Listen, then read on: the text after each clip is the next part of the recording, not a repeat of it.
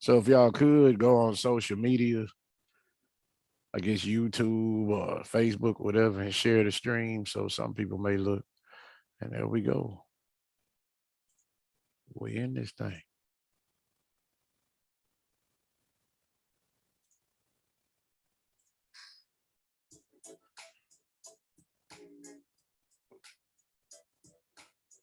Hopefully y'all see that. Because that way they can go on ahead and give. Yeah, I should have made that big, but we good. Pastor T, you done turned into a lion. I know. Now I'm turning back into myself. Y'all see that? Oh, Man? okay. I be trying to tell people I got the spirit of one. I have see. that spirit. Y'all seen it before your very eyes. I turned into one. But yeah, I ain't gonna eat y'all. I'm glad y'all here. You know, I'm gonna sit down and talk to you about these bids, and we're gonna go on and jump into it. I think I forgot to change the title, but this is the one for this week. I think I left the title for the one for last week, but it's too late now. We good. And we're gonna jump in. Last week it was very good. We had a lot of interaction. We had some thought-provoking conversation about some things that we found, and we didn't complete the 5 chapters. So today we got through 4 last week. So today we're going to try to get through 6. So for everyone at home, we're starting on the first book of Adam and Eve, and we're going to start at chapter 45 today, and we're going to try to get through 50. So to leave it off, remember Adam had told Eve they were going to go to the garden, and he was trying to do some plotting and scheming to, try to get God to feel sorry for him and give him something out of the garden for them to eat and drink again. Neither one of those plans worked. And when they had to walk back to the cave, it was a fire around the cave. And we were talking about some things about the fire and some things like that. But that's where we left off. And we see that, let me see, does it start with that right here? Nope. All right. Yeah. So in 44, we see that when we were in the garden, we had power over the elements as well. Just as God had, we had the same power, because it said that the fire would have had to obey and yield to us. But now it'll burn us, like it will kill us. So with that, I'm like, we used to have power over elements as well, just like God had, but we lost that. So that's where we left off. And I'm going to start at 45. So if y'all ready to read, because it starts to get good in these chapters off in here. It's been good, but it gets gooder. And that's not even a word. That's how good it gets. It gets gooder. So I'm going to start to read. Then Adam rose and prayed unto God, saying, see, this fire has made separation between us and the cave in which thou hast commanded us to dwell. But now, behold, we cannot go into it. Then God heard Adam and sent him his word that said, Adam, see this fire, how different the flame and heat thereof are from the garden of delights and the good things in it. When thou was under my control, all creatures yielded to thee. But after thou hast transgressed my commandment, they all rise over thee. Again said God unto him, see, Adam, how Satan has exalted thee. He has deprived thee of the Godhead and of an exalted state like unto me, and has not kept his word to thee, but after all is become thy foe. It is he who made this fire in which he meant to burn thee and Eve. Why, Adam, has he not kept his agreement with thee? Not even one day. but has deprived thee of the glory that was on thee when thou didst yield to his command. Thinkest thou, Adam, that he loved thee when he made this agreement with thee, or that he loved thee and wished to raise thee on high? But no, Adam, he did not do all of that out of love to thee, but he wished to make thee come out of the light into darkness, from an exalted state to degradation, from glory to abasement, from joy to sorrow, and from rest to fasting and fainting. God said also to Adam, see this fire kindled by Satan around thy cave. See this wonder that surrounds thee, and know that it will encompass about both thee and thy seed when ye hearken to his behest, that he will plague you with fire, and that ye shall go down into hell after ye are dead. Then shall ye see the burning of this fire that will thus be burning around you and your seed. There shall be no deliverance from it for you, but at my coming. In like manner as thou canst not now go into thy cave by reason of the great fire around it, not until my word shall come that will make a way for thee on the day my covenant is fulfilled. There is no way for thee at present to come from hence to rest, not until my word comes. Who is my word? Then will he make a way for thee, and thou shalt have rest. Then God called with his word to that fire that burned around the cave, that it parted itself asunder until Adam had gone through it.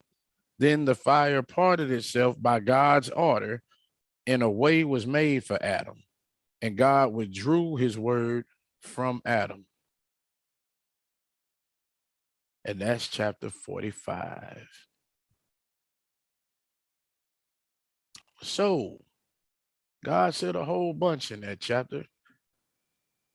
And while we left off last week, we were trying to discuss what type of fire this was. And at one point, we were saying that, well, I felt that it was a different type of fire, but some of us felt that, it was just hot and it was a normal fire, but it seemed different because they weren't in the garden. But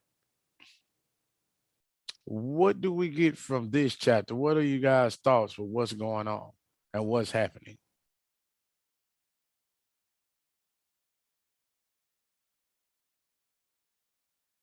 I guess everybody must be doing something because nobody said anything. One thing that I get from here is it's showing that, God is showing them that when he says something, he means something, even when it's displeasing them. His word is his word, his promise is his promise. So when he told them, y'all are not getting back in the garden, you're not getting back in the garden. But he's pointing out to them the tricks of the enemy and how he'll make a promise and not fulfill it or keep it. Right. Right. That's one thing he is pointing out and trying to make it very evident and clear.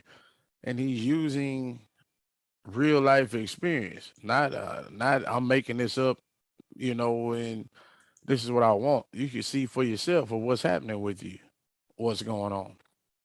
Also, he's speaking to the fact that there is a hell, and that's where people are going to be eternally, and there will be no escape from it.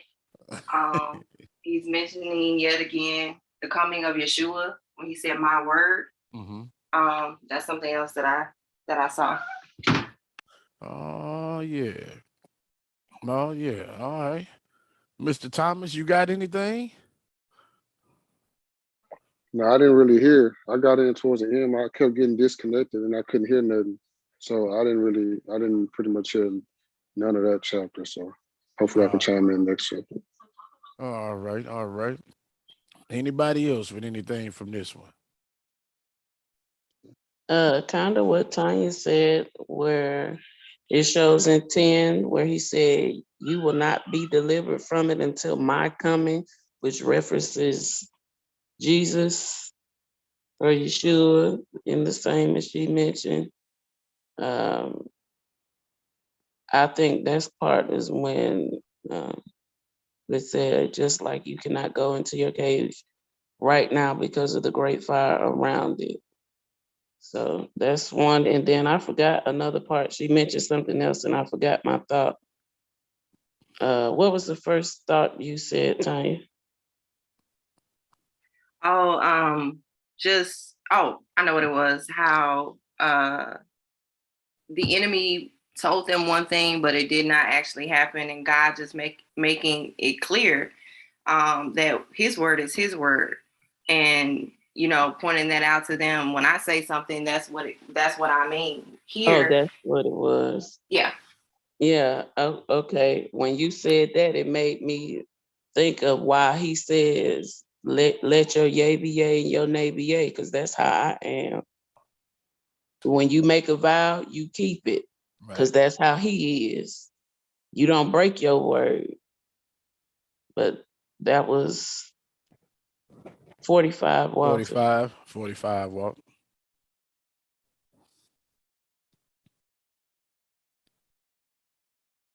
All right. So with all of that, what I see here is I'll go ahead to the bullet points.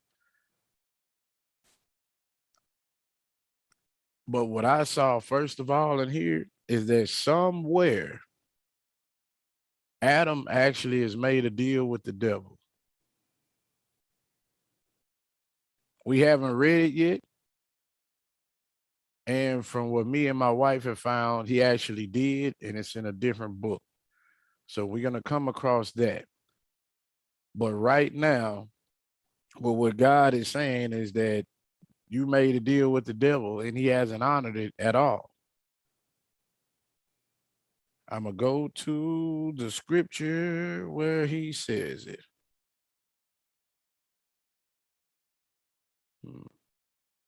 5 and 6. Again said God unto Adam, see, Adam, how Satan has exalted thee.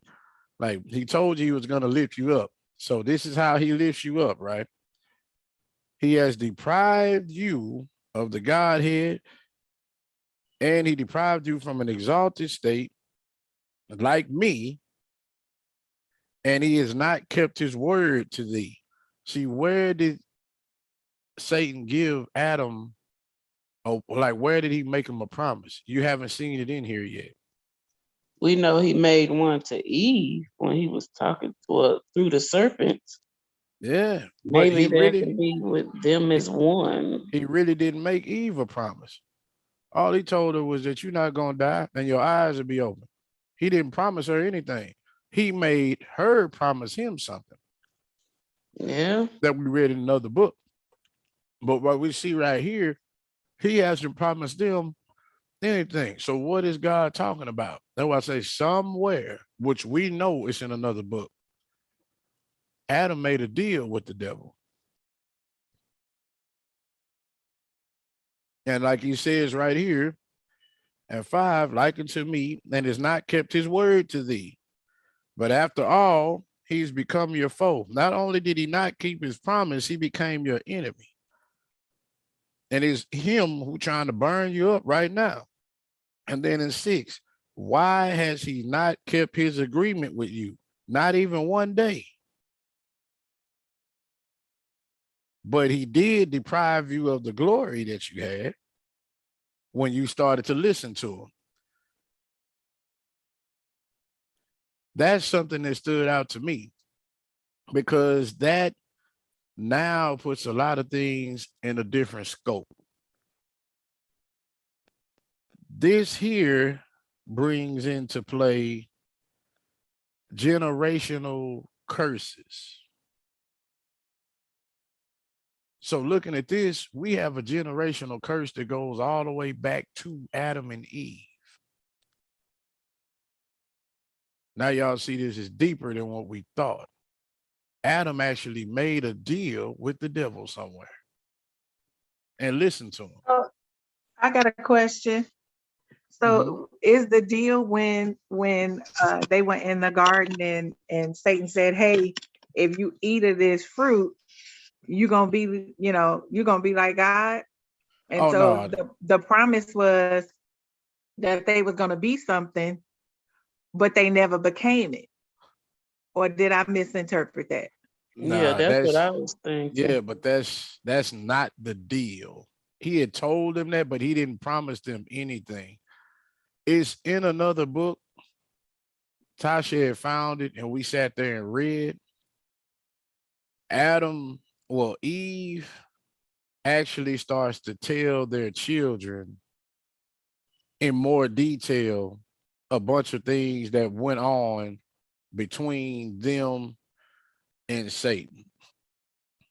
See, this here is outlining a bunch of stuff, but she is telling like in more detail, like different conversations they had, other times the devil came to talk to him and all of that.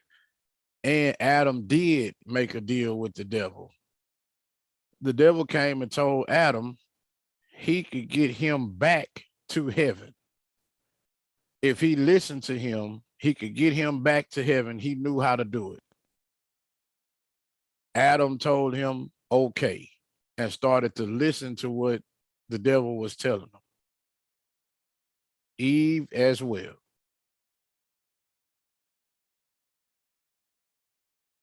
That's what God is talking about here. And now he's saying, when you listen to him, look at 5. He said he was going to exalt you and get you back to heaven, right? He was going to lift you up, but he didn't. He did the opposite and became your foe. He didn't even honor his agreement with you one day.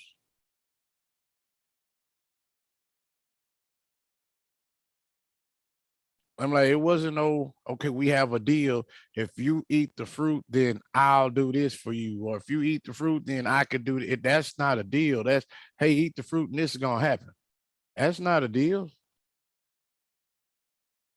But if you read in that other one, Tasha knows which one was it, man? Which one was it?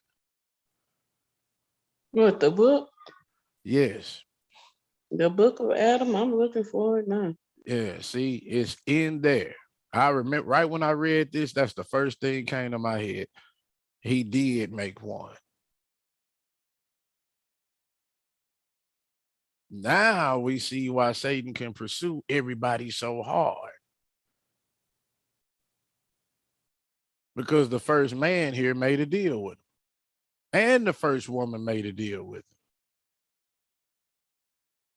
So if you look at the influence that he had, Satan came first. He goes to woman, gets her to break a commandment from God.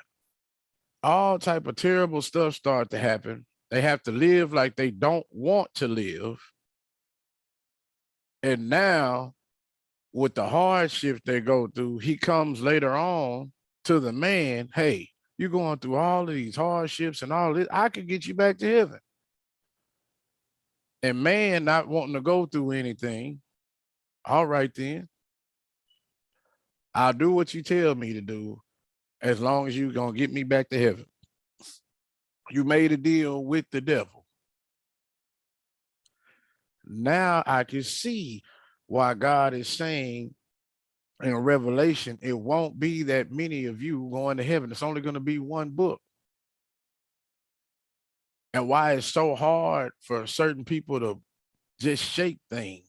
Why it seems like certain strongholds are on them. Why it seems like they can't get anything right, or why, certain stuff is happening. It's because from the beginning of us,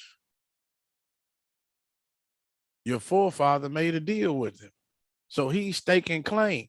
Think about what the Bible says. He is the accuser of man. How can he accuse everybody?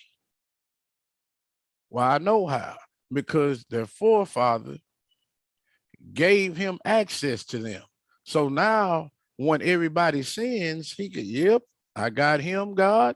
He shouldn't be no good. I got this one here. He shouldn't be no good. I got this one. He shouldn't be no good. I got her and all her partners and the rest of her family, and all of her family is women. It ain't no men there to lead. That's a generational curse. And I got all of them. That's how he can accuse you.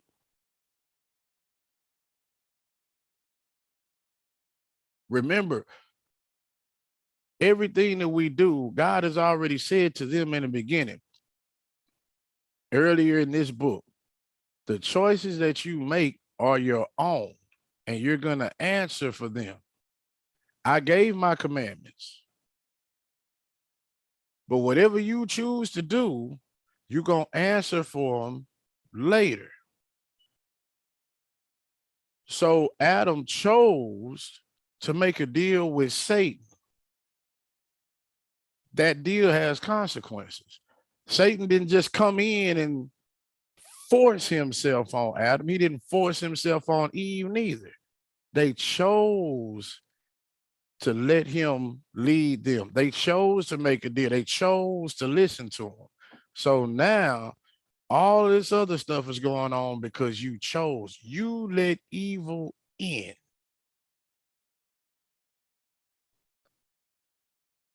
And that's why it says every man or every woman that's born of a woman, we all have to come from a woman.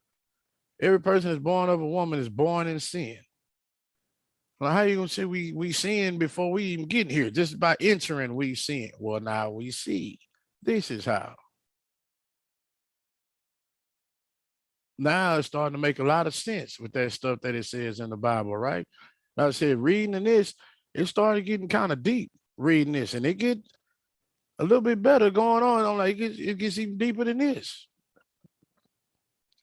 But this made me think about a lot. I'm like, this is way deeper than what we thought. We thinking generational curse. It done went back to grandpa, grandma, great grandpa, something like this. No, what about it went back all the way to the first man made, the first woman made?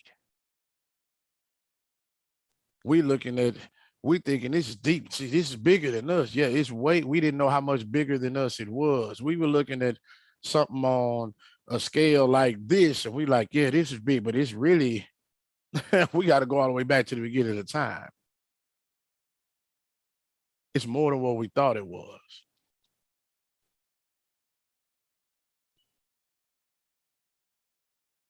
Thoughts? Anything? It's real quiet in here.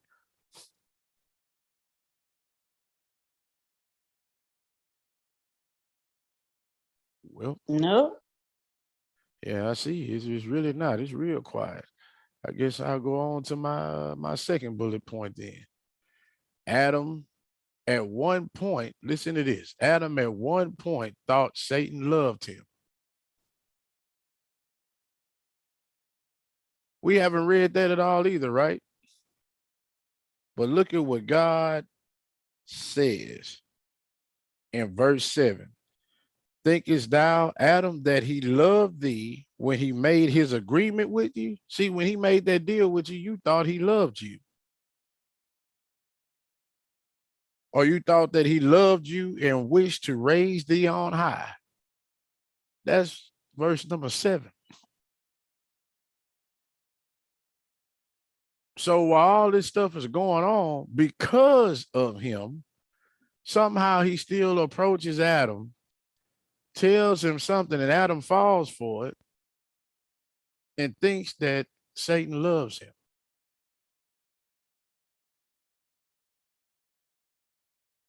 Which is why we talk. The earlier you go to church, you see this. The devil is a liar. He does this, he does that, he does that. Adam is kind of experiencing it, but then he still comes to him, and somehow Satan still fools him to think that he loves him. And Adam believes it. That's why I'm looking at what God is saying here. He pointing out a whole lot of stuff.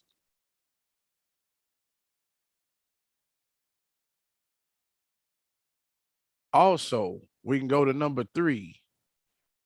Yahweh lays out the scenario of how Satan is after him and his children. Look at what God was saying here. How this is where I was getting at the fire last time. And you know, some people were saying it's you know, it was a normal fire, and it was this. How I was saying it's not a normal fire. Right here, God tells Adam and Eve pretty much this was the same fire that's going to be burning in hell. Let me try to go to it for you.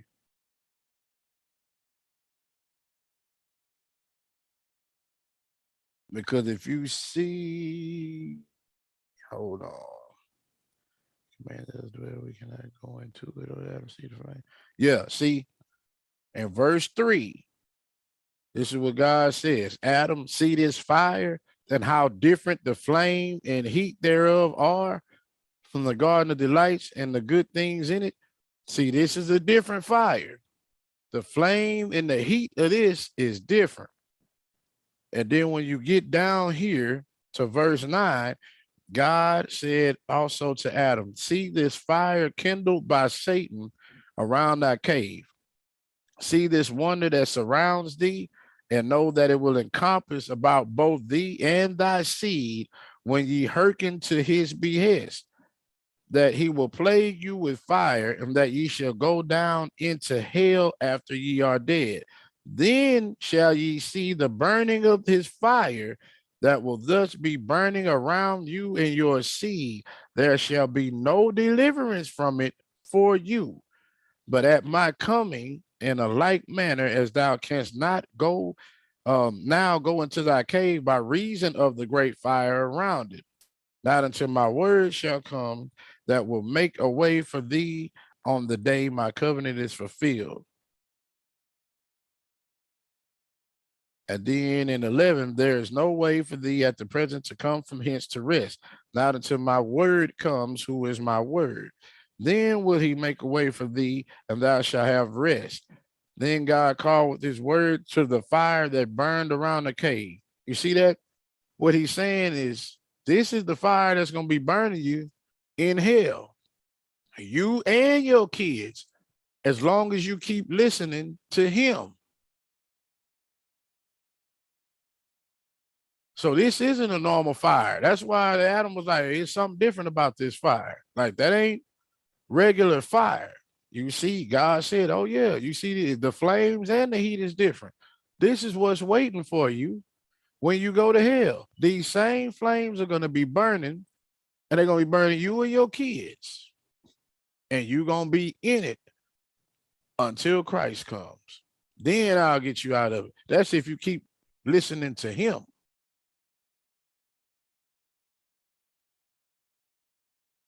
So all in all, Satan was really getting them prepared for this is what hellfire is like.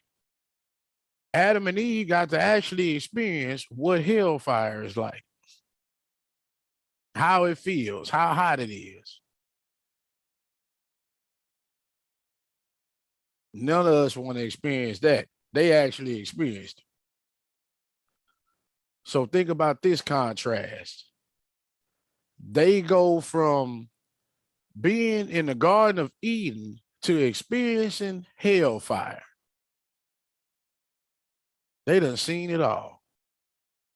You know, you got some of these old folks, I done seen it all. I done been through it all. No, they done been through it all. They done been to heaven and felt the fires of hell.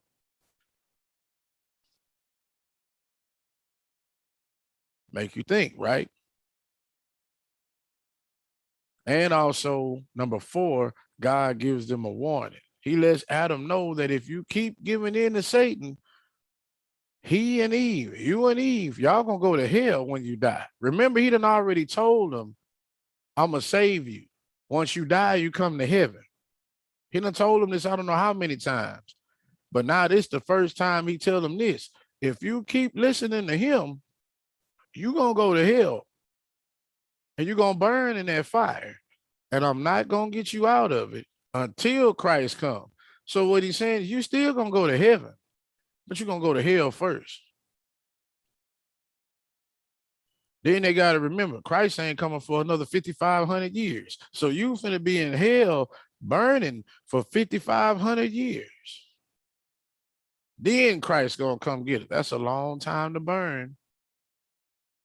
We don't even want to burn a minute or two. Think about 5,500 years with that type of fire. Then Christ gonna come get us. Yeah. The Lord tell you something like that, you're gonna get it right real quick. You should.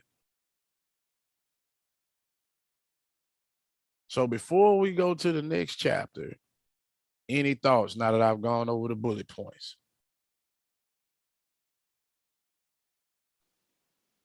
Not for me. All right, all right. Any of the ladies in here? Or no, y'all good? No. All right. All right then. I guess we gonna go on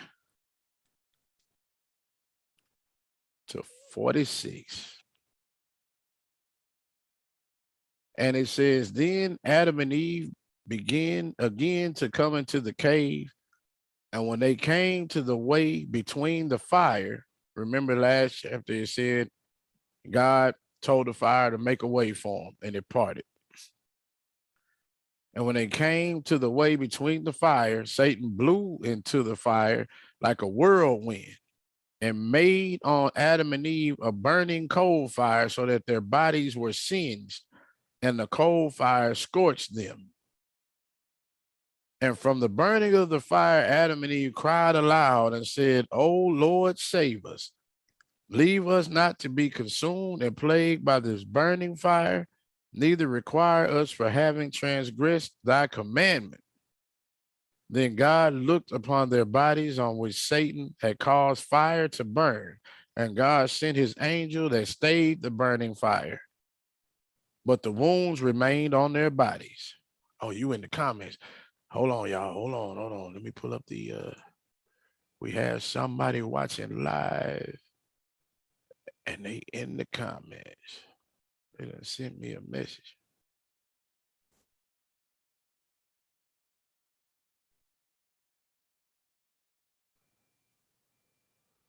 Boom. All right. See, I just pulled it up right now. So if you in the comments, man, let me see. Let me see where you at. So you done made 2 new comments. Are you in the group or are you on the page? Let me see.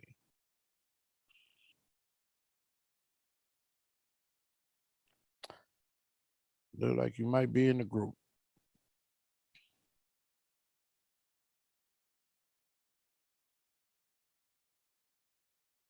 All right, y'all. We got a guest. We got Mr. Wayne tuning in. And I'm trying to see where these comments are, but it's not showing me. Put them in there one more time. See if you can redo them. Because now that I pulled it up, it should show up. I should be able to see it. I didn't have this up. Say live. Yeah, I see it. I see where you put live on there.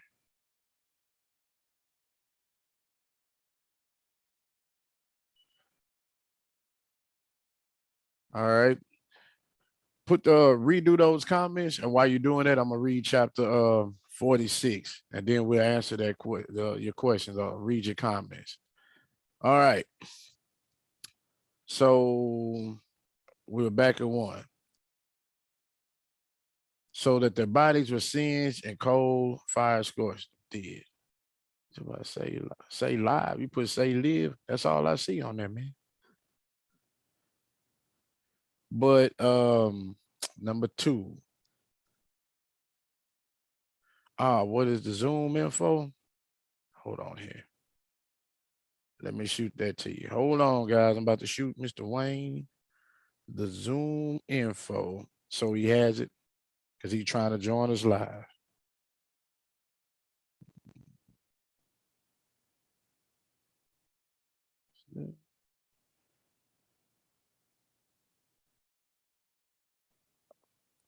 Oh no, that's the one for Live service, the second one I just sent you. The one that says be it.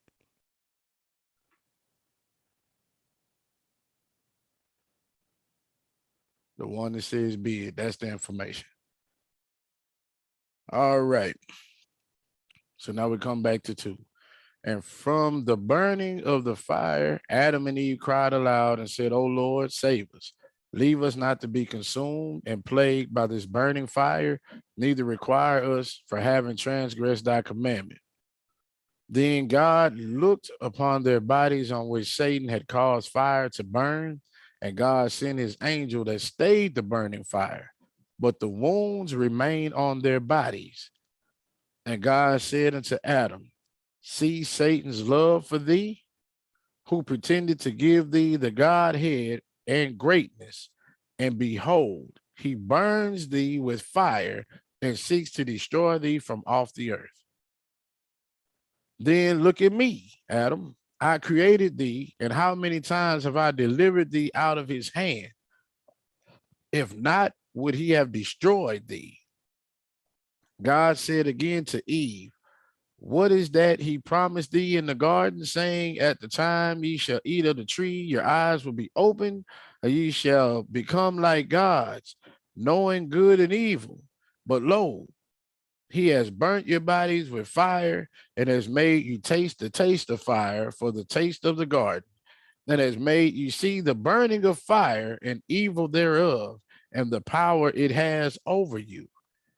Your eyes have seen the good he has taken from you, and in truth, he has opened your eyes, and you have seen the garden in which ye were with me, and ye have also seen the evil that has come upon you from Satan. But as to the Godhead, he cannot give it to you, neither fulfill his speech to you. Nay, he was bitter against you and your seed that will come after you. And God withdrew his word from Adam."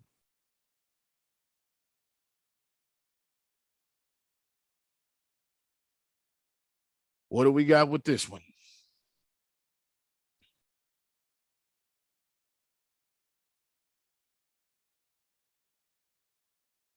Yeah, I guess y'all real quiet this week.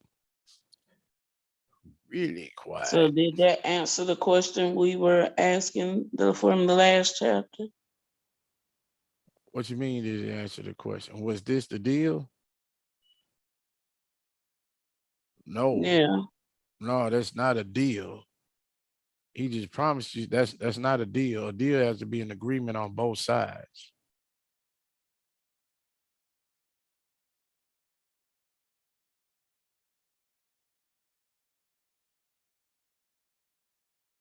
That's kind of a deal is I do something for you, you do something for me.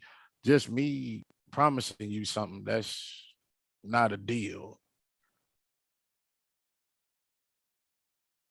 And that's if you read this right But it here. gotta be a reason. It gotta be a reason that he promised him something though. So Yeah, but you see, God, once again, like I told you in the other book, it says he told them if they listen to him, he can get them back to heaven.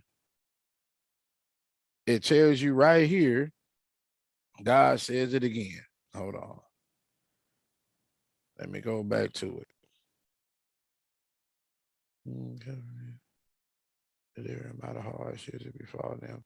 Promise me by my covenant will not deliver me out of my hardships. Nay.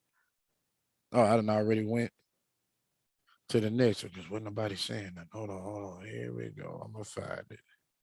Because he says he can't, he told you he's gonna give you the Godhead, but he can't give it to you. And 4, and God said unto Adam, see Satan's love for thee, who pretended to give thee the Godhead and greatness, and behold, he burned you. See what I'm saying? He pretended like he was gonna give you the Godhead. And what he said, right? He was gonna give it to you, but he didn't. Matter of fact, he burning you and all of that. But as to the Godhead, and if you read in 7, but as to the Godhead, he cannot give it to you, neither fulfill his speech to you. See? So just him saying something in the garden, he didn't tell him he was going to do anything for them. He just said, if you eat that fruit, you're going to be like God, which they already were and didn't even know it. You eat that fruit, you're going to be like God. Right here, he done told them he can give them the Godhead. And he also told them he would do some other stuff. Like you said, he can't even fulfill his speech to you. He done came and made them a deal. And they also started listening to him from what he said. But that's in a different book. But God referring to it right here. Y'all see what I'm saying? Yeah. I mean, I Yeah. guess because it's not here and we don't, you know it because you didn't read it, but we don't know it. Right. That's why Right. so many unanswered questions on our end. Yep. You know, I need to find that scripture. You found it first. You you had brought it to me. So I'm like, once we get that, I guess on the next bid, what I'll do is read that. I'll find it and I'll read it. So y'all see what he said and what Adam and Eve agreed to. Because in that book, she is actually sitting down. I think it's Seth comes to her and he starts to ask her, what happened between you, Dad, and Satan? Like he asked her what really happened. And she sits down and starts to tell him all the stuff that was going on between. And you see, I'm like, oh, so he actually came and talked to him and they actually listened to him. And that's what God is getting at right here. So I'll find it and next bid, I'll read it to you so you see where I'm coming from.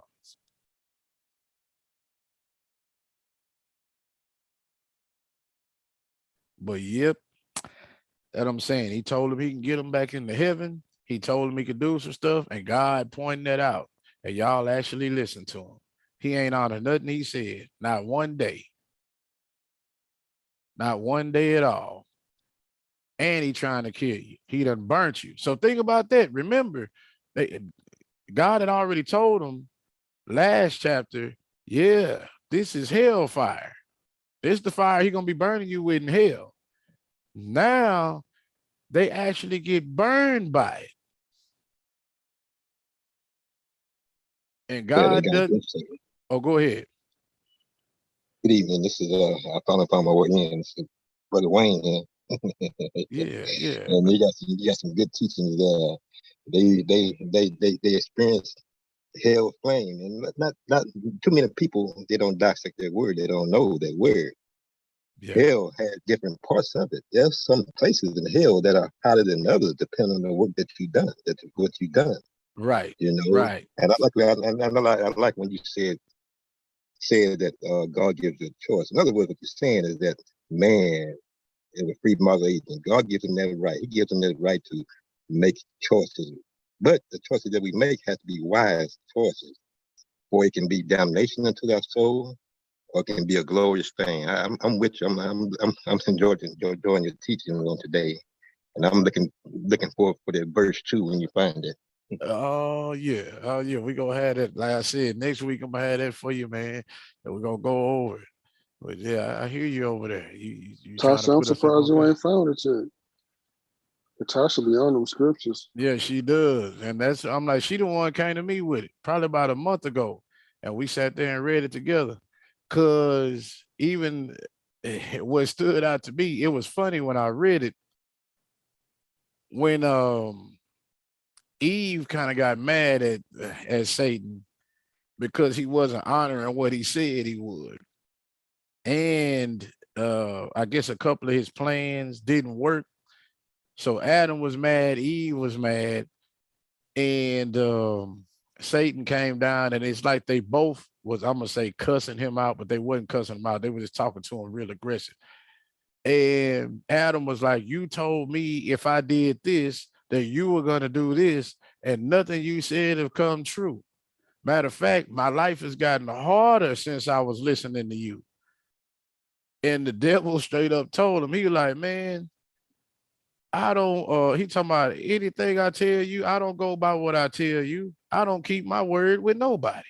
And anybody that listen to me gonna end up dead. He tells him that anybody listen to me gonna end up dead. I don't keep my word. I say all kind of stuff and don't go by none of it. A fool would listen to me.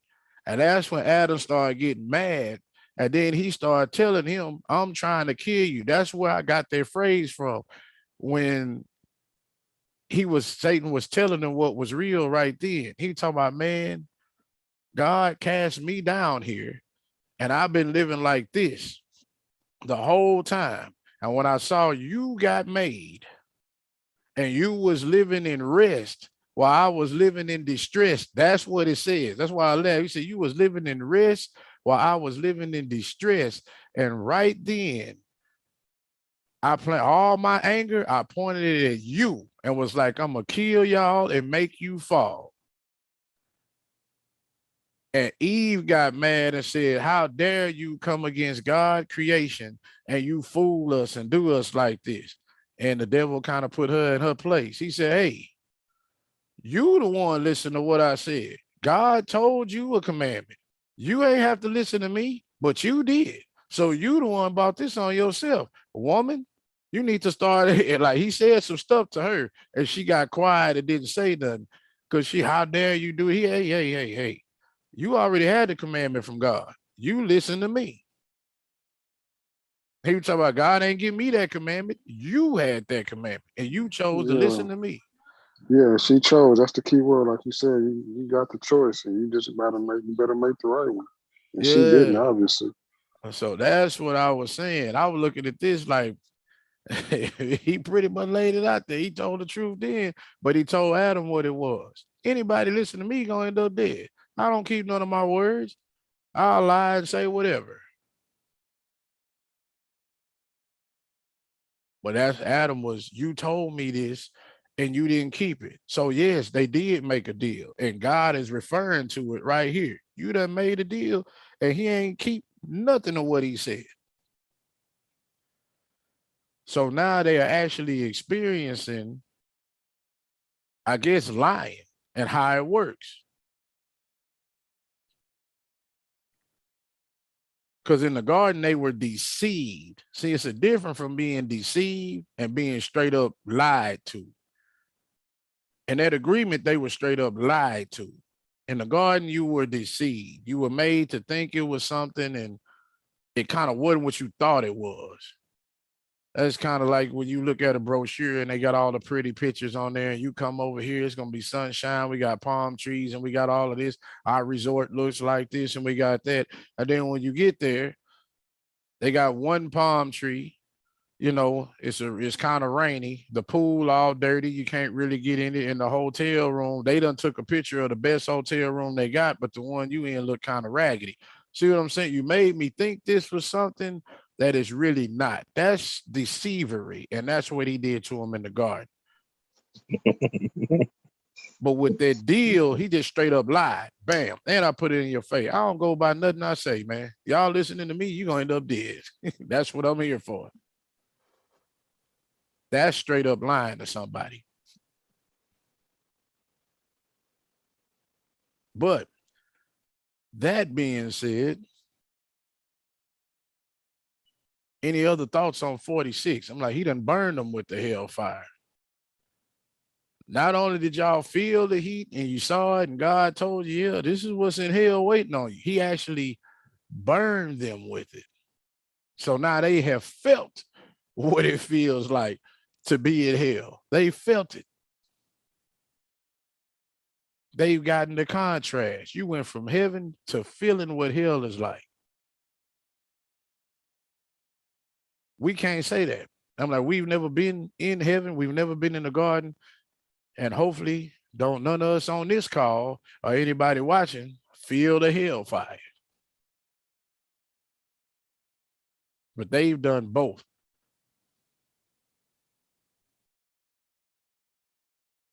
So y'all good? Y'all want me to go over the points or y'all got something y'all want to say? No, I say go to the points because usually your points lead to other discussions anyway. All right, we're going to hit the points then. Yeah, 46. Satan burns them with the hellfire. It's terrible. Number 2, God saves them, but he leaves the burn marks on them. Y'all see that? He left the burn marks on them to serve as a reminder of who Satan truly is.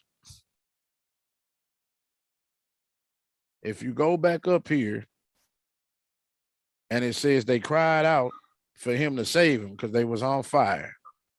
God looked upon their bodies and on which Satan had caused fire to burn, and God sent the angel. See, God, last time chapter, God told the fire to move, make a hole for him, move. The fire moved and made a hole. While they're walking through the hole, Satan blows the fire on them. So now they're burning. Why didn't God stop the flames from burning them? Why didn't God say be healed and heal them?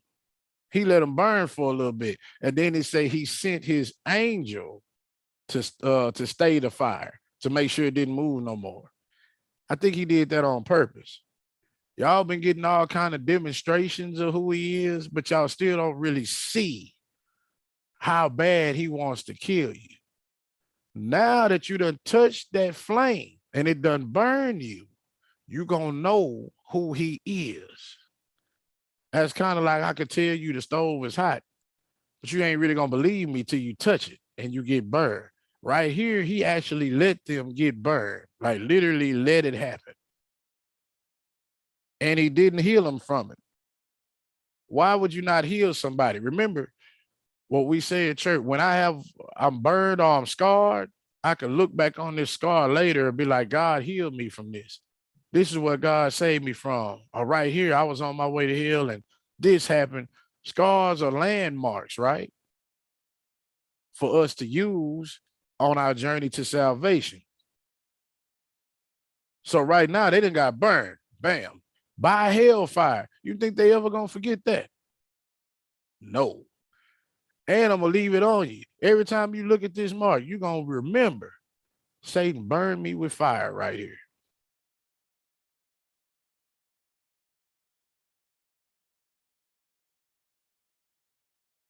And number 3, he reminds them of what Satan has told them, but states that in a way, Satan has opened their eyes. If you read, I think it's in 7. Yep, your eyes have seen the good he has taken from you, and the truth. Oh, and in truth, he has opened your eyes, and you have seen the garden in which you were with me, and you have also seen the evil that has come upon you from Satan. But as to the Godhead, he cannot give it to you, neither fulfill his speech to you. Nay, he was bitter against you and your seed, and will come after you. So what he's saying is, yeah, he did say once you ate that fruit, your eyes was going to be open. And in truth, your eyes really have opened. Now you see what good is and what evil is, because he's the one bringing all the evil on you. You see what you had and what you lost.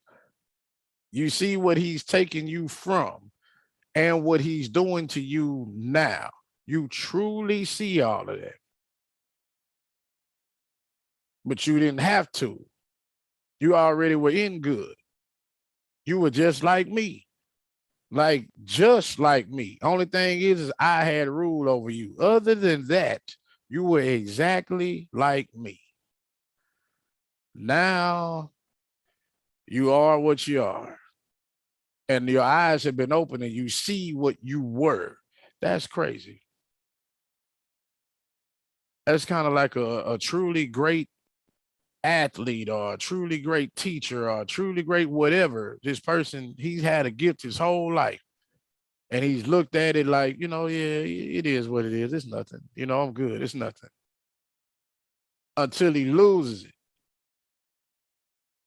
And now that he loses it, he looked back, man, I used to be able to do this and I could do that. And it's like they're trying to struggle to get it back. Oh, but while you had it, you really didn't covet it like that. You really just, it's nothing. It's like, yeah, this is always going to be me. This is always going to be mine. And now that you don't have it, you cherish it. That's kind of what God is getting them to see. He did open your eyes. This is what's going on with you now. So we ready for 47? Yeah. I guess we are. Yeah. Last week, y'all was real talkative. This week, was it silent? Then Adam and Eve came into the cave, yet trembling at the fire that had scorched their bodies. So Adam said to Eve, lo, the fire has burnt our flesh in this world. But how will it be when we are dead, and Satan shall punish our souls? Is not our deliverance long and afar off, unless God come and in mercy to his fulfill his promise? Then Adam and Eve passed into the cave, blessing themselves for coming into it once more. For it was in their thoughts that they never should enter it, when they saw the fire around it. But as the sun was setting, the fire was still burning and nearing Adam and Eve in the cave, so that they could not sleep in it. After the sun had set, they went out of it. This was the 47th day after they came out of the garden. Adam and Eve then came under the top of hill by the garden to sleep, as they were wont. And they stood and prayed God to forgive them for their sins, and then fell asleep under the summit of the mountain. But Satan, the hater of all good, I don't know why I like reading that. Like, this boy's the original hater. But Satan, the hater of all good, thought within himself, whereas God has promised salvation to Adam by covenant, and that he would deliver him out of all the hardships that have befallen him, but is not promised me but is not promised me by covenant, and will not deliver me out of my hardships. Nay, since he has promised him that he should make him and his seed dwell in the kingdom in which I once was, I will kill Adam. The earth shall be rid of him, and shall be left to me alone, so that when he is dead, he may not have any seed left to inherit the kingdom that shall remain my own realm. God will then be in want of me, and he will restore me to it with my host.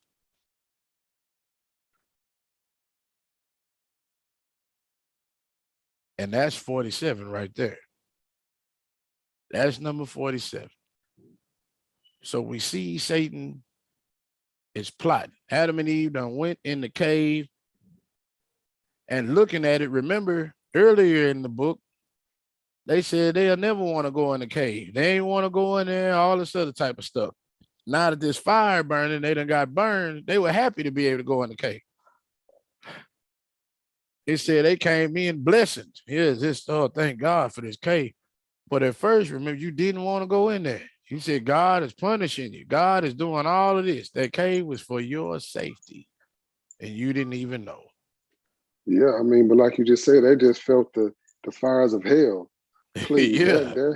that cave was everything at that point. Yeah, now look, now you want that cave that you was talking down on. Now you want the cave. But looking at it, you in the cave, but the heat from that fire is so hot, they had to come out of there.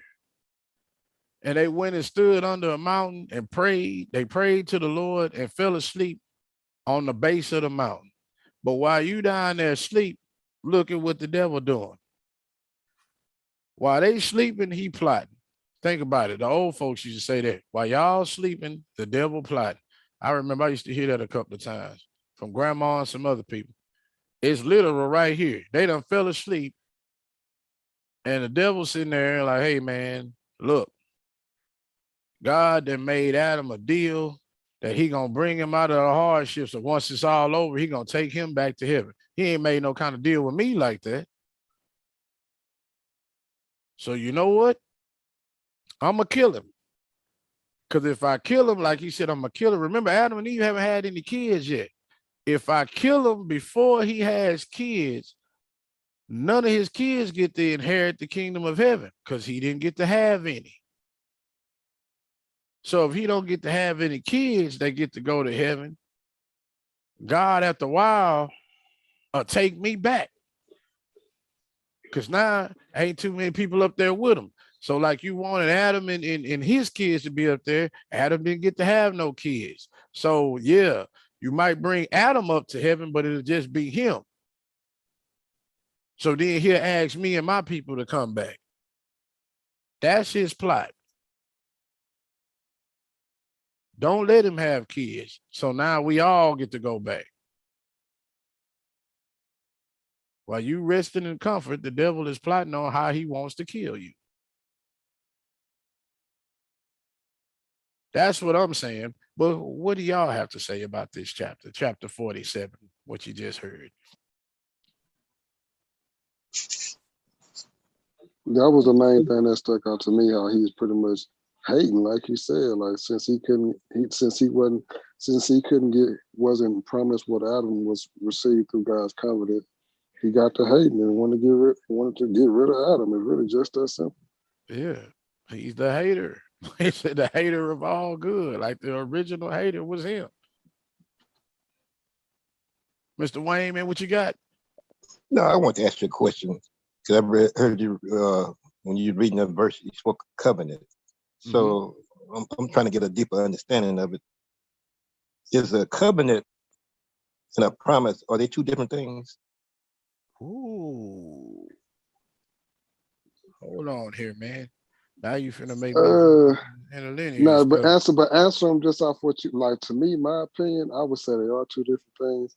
I'm pretty sure he finna dig us some stuff to kind of explain yay or nay. But I would think it's two different things. Yeah, I want to ask him. He's real deep in the Bible, you know. And that's what we're here for, to learn. And I was thinking about that thing, covenant. Covenant is something that comes from God. When God makes a covenant, you know, that's what it is. But a promise, I can make a promise to Pastor T all day, but cannot acknowledge that promise.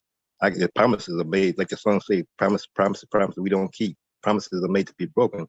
So that word covenant out to me. So I'm asking him to help me clarify that a covenant, a different thing from a promise.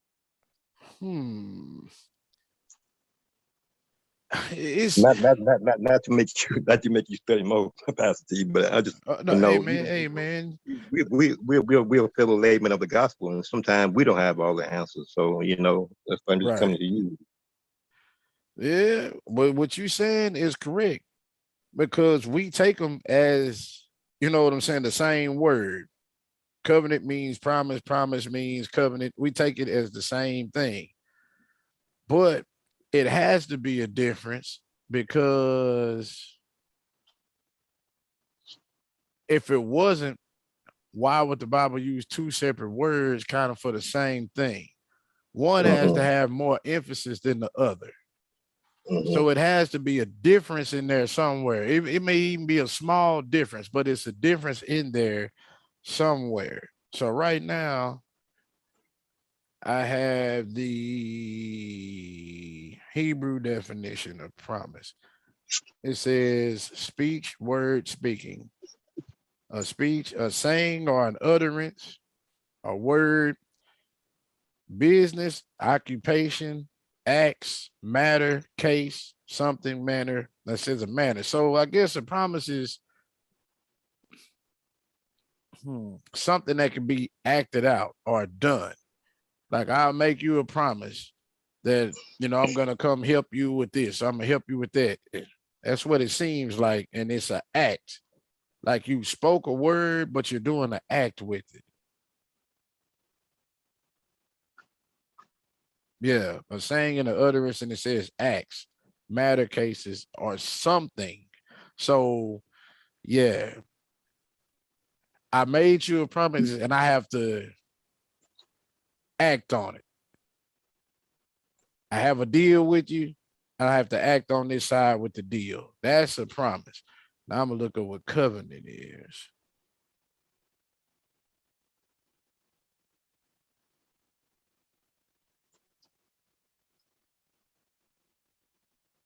That's my covenant. Bam. Covenant. Good teaching. I just want to try to get more clarity. Clarity, Kevin. Seemed like I got it. Seemed like you hit it on the head there. Yeah, and see this here, it says covenant, alliance, or a pledge, a constitution. Yeah, so it's between man, an alliance of friendship between God and man. If he makes you a covenant, it's an alliance of friendship and it's a pledge like a constitution. So what he's saying is a promise, what you were saying is right. A promise, it might be broken because you have to do some type of act with it in order to fulfill the promise, right? Mhm. Covenant is constitution. It's like law. I'm God is establishing a law with you. So then really only God can establish a covenant with anyone, because no one can, like in the world we live in, even a law can be broken. Like a covenant with God is not going to be broken. A promise can be broken, a law can be broken, but I don't think a covenant can be broken. It can't be because it's saying a covenant is what God makes with us. Yeah, and that's what Miss Love, that's what First Lady Mitchell said just a minute ago in the comments. A covenant includes God. The promises they normally don't. They normally don't Right. include God. So yeah, I got it now, man. I didn't mean to hold you up. Oh yeah, you good. You good. We got. I'm like, somebody had these questions. That's what this is for us to be able to talk it out. It may be somebody watching this or somebody at home that may have been wondering the same thing, and now we just got it out there. That helped us come up with something that's going to help them. So we good, man. But that's real. So we should look at a covenant. If God make a covenant with you, because it says an alliance, that means he's making an alliance with you. You should be honored for God to make a covenant with you. If he aligns himself with you, you should have some type of honor that God loves you that much, or he thinks that much about you to make a covenant with you, to align himself with you. That's a totally different type of honor. Totally different type of honor. So, yeah, with that right there, we were still in 47. 47, it got kind of real a little bit. Like you said, he promised him that he would take him and his king and his kids up there once he died, but he ain't make that promise with me. So I'm gonna kill him and his seeds. So don't nobody go up there but just him. And then he got to ask me to come back. That's the devil's plan. Amen. Pastor T, can I read something for a minute? Oh, go on and ahead. I thought about this.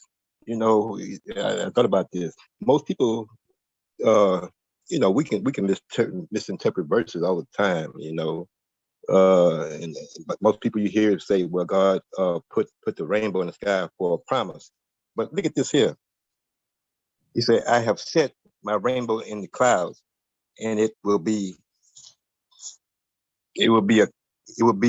a sign of the covenant between me and the earth." So it's not promised. So covenant, and I'm researching too. You're doing a lot of good talking, man. So covenant, he didn't say I put my rainbow as a promise that it won't be destroyed by what, but he says a covenant. So he didn't say promise, he said covenant. Right. Yeah. That's something he can't break. That's in the book of Adam, Genesis 19 and 13. Yeah. Yes, sir. With the rainbow in the sky. Yes, sir. As some of our people in the ministry know how I feel about that rainbow. We just talk about this, me and Mrs. Morgan the other day. I like that rainbow. People look at it all, they so pretty and this here, and God is blessing us with the sight of the rainbow. Like, it's a covenant, it's a warning, just like you talked about going back to when God allowed Adam and Eve to experience that fire. He left a mark on them. This is what it, you know. This real deep. I love this. This real deep. That rainbow is a reminder of his covenant. I didn't want to get off subject with him though, but I was just trying some other stuff into some other stuff, you know, that leads to where we going with this all this here. Yeah. They know how I feel about the rainbows, man. I done told them, if you see a rainbow, we looking at it like it's pretty, but it's like God that got so frustrated. Let me put this rainbow out here. Because remember, God gets so mad, he'll kill everybody. He did it once. Like, you know what? I'm killing everybody. That's how the earth got flooded. He just got that mad. I'm finna kill everybody. So this rainbow, he said, you know what? Next time I ain't gonna do it like that again. I killed a whole lot of people. I'm gonna make a rainbow covenant, and when y'all see it, that's my reminder that I'm not gonna kill everybody by flooding the earth again. Listen to what he said. I'm not gonna kill everybody by flooding the earth again. So what this is saying, a rainbow represents God mad, and he ready to kill everybody again, but he reminding himself not to do it.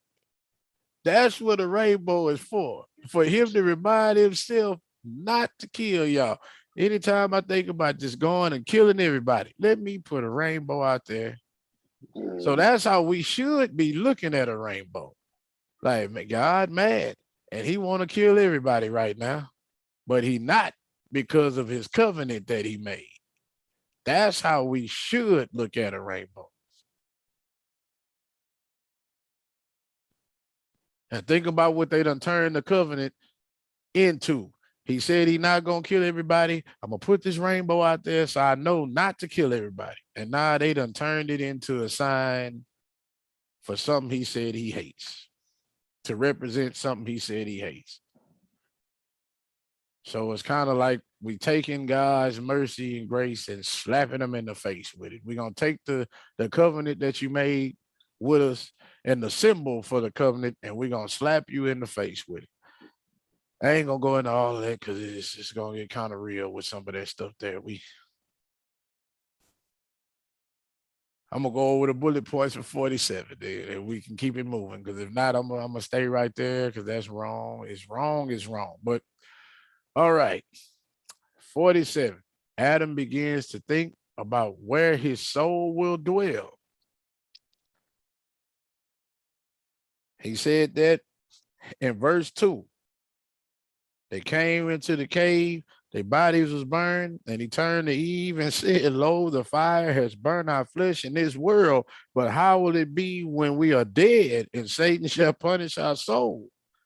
And then he said, remember earlier, I said, it's 5,500 years. God said, Christ coming in 5,500 years.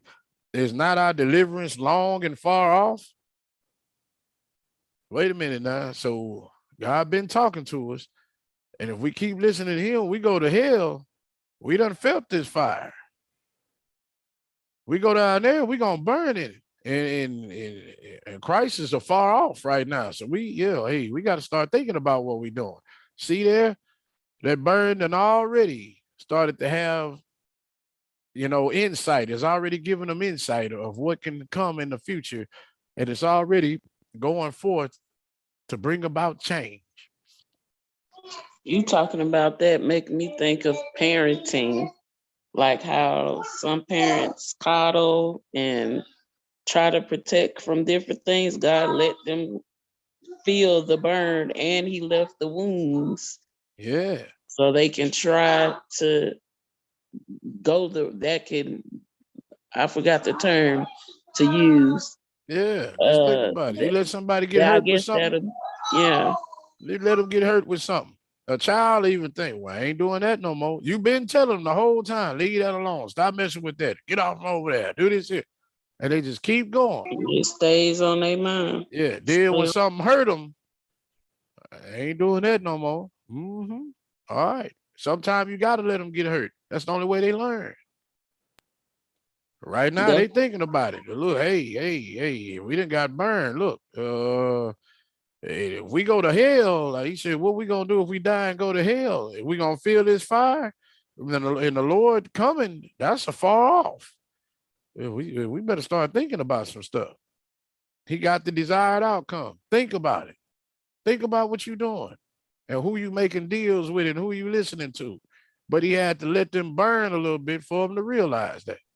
But what you saying, like where he said, look at who y'all dealing with, like just thinking of today's terms and how parenting is.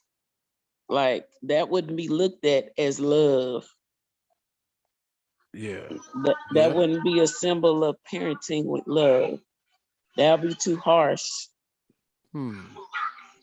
But those, But it ain't, it's because really that's not. coming from God. Yeah. Just think about that. You worried about somebody whooping you with a belt. Like, that's too hard. They want to call the CPS on you. God let his kids get burned. think about that. He let them get burned and good came out of it. You don't even want us to whoop nobody no more. But I'm talking about even how he's talking to them. I don't picture him talking to them with like a how they show, just say Jesus Oh yeah, them speaking pictures to all people soft. and all Yeah. soft and stuff. Yeah. No, I think this is with firmness, a firm tone. Let me move and go in this room. Like with the firm tone, like, hey man, y'all see this? Yeah. Yeah. God speak with some real stuff. I don't know where everybody was, portraying them pictures that Jesus was extra soft and all this other stuff was going on. Everybody all soft. No, man. God get firm with you. Jesus got real with them, but hey, some folks don't like that side. They don't want to hear about that. I'm gonna go to point number 3. Satan plans to kill Adam so he can't have any seed go to heaven, and thinks that if Adam has no seed to go to heaven, God will take him back. That's his plan and his plot. We know that ain't true, but that's what he's aiming for. So now let me go to 48. After this, Satan called to his hosts, all of which came to him and said unto him, our Lord, what wilt thou do? You see who they calling Lord? Satan. So just because somebody tell you I worship the Lord, which one? Which one? Because you'll have somebody sit there and say, hey, I worship the Lord. I believe in the Lord. All right, cool. Which one? That's deep, Pastor T. That's deep, man. Yeah, which What one? do you mean? Which one? Yeah. Look at that. Hey, you got to Look at come that. get Asher. He beating on the door, baby. Look at that. Look at that, if you will, Pastor T. You just spoke about verse 3. So Satan plans to kill Adam so that he cannot have any. What is that? Any Of his seed, any of his kids. Yeah. See, that too was a part of jealousy. That's a part of jealousy. See, Satan was he remembered see that God left that stain on him too. This is where you once was. Satan remembered that he once was there too. So I'm gonna do everything I can to distract you and get you off track so you won't go there. Because he was remembering I used to be a part of that too. Now he's a father of many lies, a great deceiver. And that's what it said at the end of the last chapter. He made this promise with him, but that's where I used to dwell. So if I can kill him and he don't have any seed to go up there and inherit it, then God might take me back, because that's where I was. And they don't need to go up there. That's for me. So that's what you're saying, exactly true. I used to be there. They don't need to go up there. And if I can't go up there, they ain't going up there. So if I can kill him and you talking about letting his kids go, no, I'm gonna make it the way he can't have no kids to go. Yeah. And guess what? He don't go there. Then where's he gonna go? He gonna come to me. Right. Right. See, he got it all planned out. He can come to me and he gonna ask me to come back up there. No, that's not how it works. But yep, let me continue. I'm on verse 3 and 40. What is it? 48. Yep. He then said unto them, ye know that this Adam, whom God created out of the dust, he who is taken our kingdom, come, let us gather together and kill him, or hurl a rock at him and at Eve and crush them under it. When Satan's host heard these words, they came to the part of the mount, the part of the mountain where Adam and Eve were asleep. Then Satan and his host took a huge rock, broad and even, and without blemish, thinking within himself, if there should be a hole in the rock, when it fall on them, the hole in the rock might come upon them, and so they would escape and not die. Listen to how Satan thinking. Get a rock that don't have no holes and it's flat on one side. Because if it got a hole, when we throw it on them, God will make the whole part land on them and they'll live. So make sure it's flat when we throw it on them. He then said to his host, take up this stone and throw it flat upon them, so that it roll not from them to somewhere else. And when he have hurled it, flee and tarry not. Look at that. Throw the rock and run, because God gonna come down. Throw the rock and run. Hold on. I gotta stop right there. Like my dad used to say, you got people throwing rocks and hide their head. You see it right here.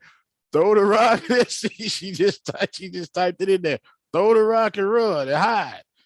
Yeah, don't stay there. So look at 9:7. And they did as he bid them.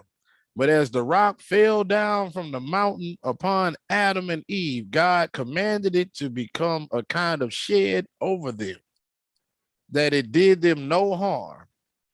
And so it was by God's order. But when the rock fell, the whole earth quaked with it and was shaken from the sides of the rock. And as it quaked and shook, Adam and Eve awoke from sleep and found themselves under a rock-like shed, but they knew not how it was, for when they fell asleep, they were under the sky and not under a shed. And when they saw it, they were afraid. Then Adam said to Eve, wherefore has this mountain bent itself and the earth quaked and shaken on our account? And why has this rock spread itself over us like a tent? Does God intend to plague us and shut us up in this prison? Or will he close the earth upon us? He is angry with us for our having come out of the cave without his order, and for our having done so on our own accord without consulting him, when we left the cave and came to this place. Then Eve said, if indeed the earth quake for our sake, and this rock forms a tent over us because of our transgressions, then woe be to us, Adam, for our punishment will be long. But arise and pray to God to let us know concerning this and what this rock is that is spread over us like a tent.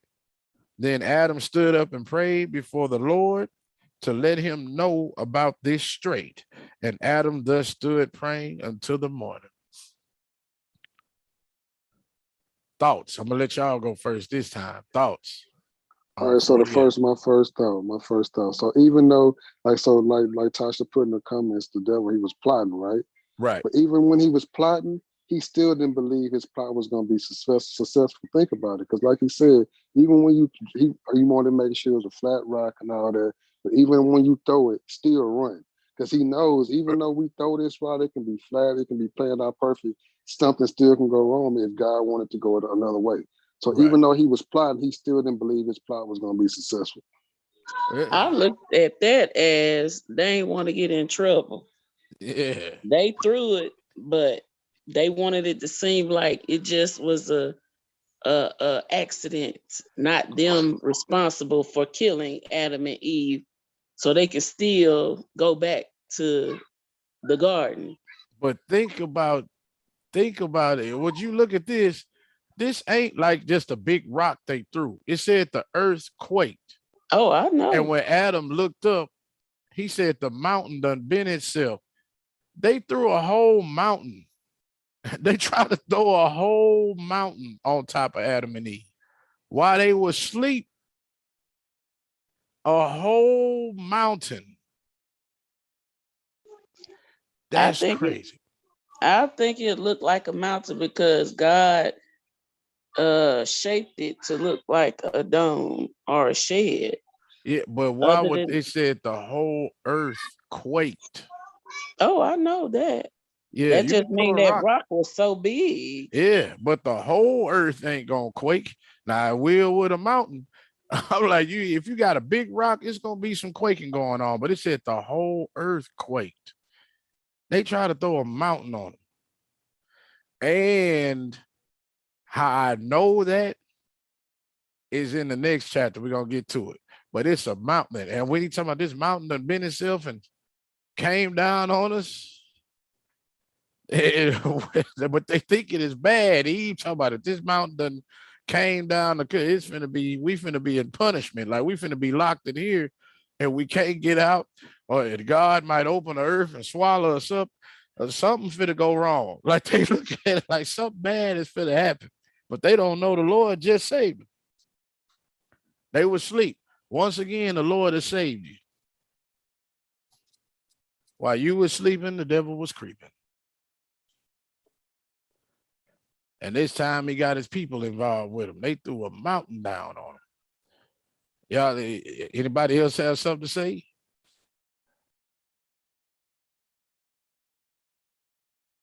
No. All right. I do. I'm trying to walk back to this room. On ahead. But one part that I like, let me go back up to it. Let me see.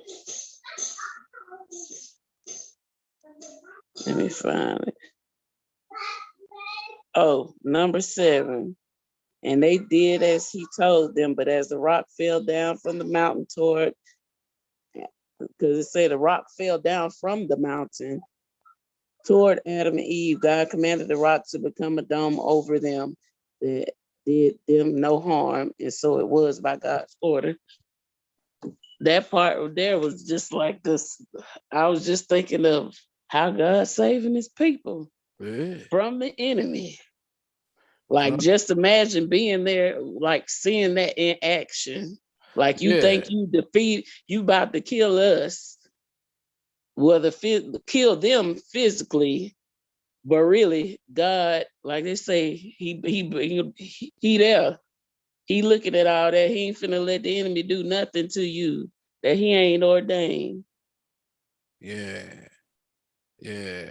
And that's just thinking about that. He threw it down.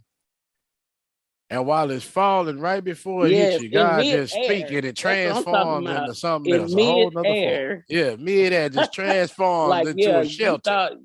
you thought you was about to kill my people. Oh no. So just the look on their face, their faces seeing like, yeah, it didn't work. it didn't work. And then the people you try to kill wake up. Hold on. Hey man, we went to sleep outside. How we get inside? Like, yeah. Yeah, that's what I said. This is like some transformer type of stuff. Boy, this is some real magic. You know, David Blaine and all them boys, they ain't got nothing on the Lord. You know, I transformed it as it was falling right here before it hit them. I turned this into It this. ain't magic, it's power, baby. It's power. Yeah. Mm-hmm. That's that holy power. Only God can do that right ain't there. that's what I'm saying. Ain't nobody got no power like that. Nope, not at all. Yeah, I can make that happen. I'm like, man, I wish I was, man, because we watch Superbook and stuff, right, babe? Yeah. If everybody else don't know, they have a thing for kids that depict stories in the Bible on TBN. And a lot of those stories, I'm a visual person and I like watching movies and stuff like that. I watch it with the kids because some of that stuff, of course, man can't visualize exactly how certain things look, but they get as close to scripture as they can. And I'm like, just if you were to just see that, I'm like, man, just the power of God. Yeah, to in think of action. Like Like we can picture the seas parting and stuff for Moses. And this like another thing, God just showing his handiwork, like, oh yeah. God is a bad spirit, I have to say, because he ain't no man. Yeah. But also, but think about that. You could be in any kind of situation. It could look like imminent death is finna happen Yes, to you. that's what I'm talking about. Imminent death is about to happen to you right now. God can speak and turn that situation. Lord, they say God blocked it. He wouldn't let it be so. And Yeah. that song right there, but hey, man. Yeah. Yeah, yeah. But I'm like, which he turned that the imminent death Mm, mm, into an answered need. You got to think, what it say humans need? Shelter, food, water, right? So what happened to be imminent death, God answered a need with it. I think they need some shelter right now. So your situation can look like imminent death is finna happen to you, and God can make that answer a need for you just by speaking to it. I'm trying to tell you, man. Hey man, I got some stuff going on right now, man. But it's another thing too that I like to see in 14. Was it 14 where they prayed to God about what to do, what was going on? Yeah, that and in 15, 14 Yeah. and 15, they prayed. And then, oh, there you go. Then Adam stood up and prayed before the Lord to let him know what had brought about this difficult time. And Adam stood praying like that until the morning. Yep. Like, Yep. you know, in them other chapters, that's something they did not do offhand. And He you got to didn't think, complain.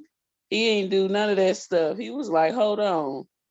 You know what? Let me ask God. Like, they're really now really starting to get their roots in. man.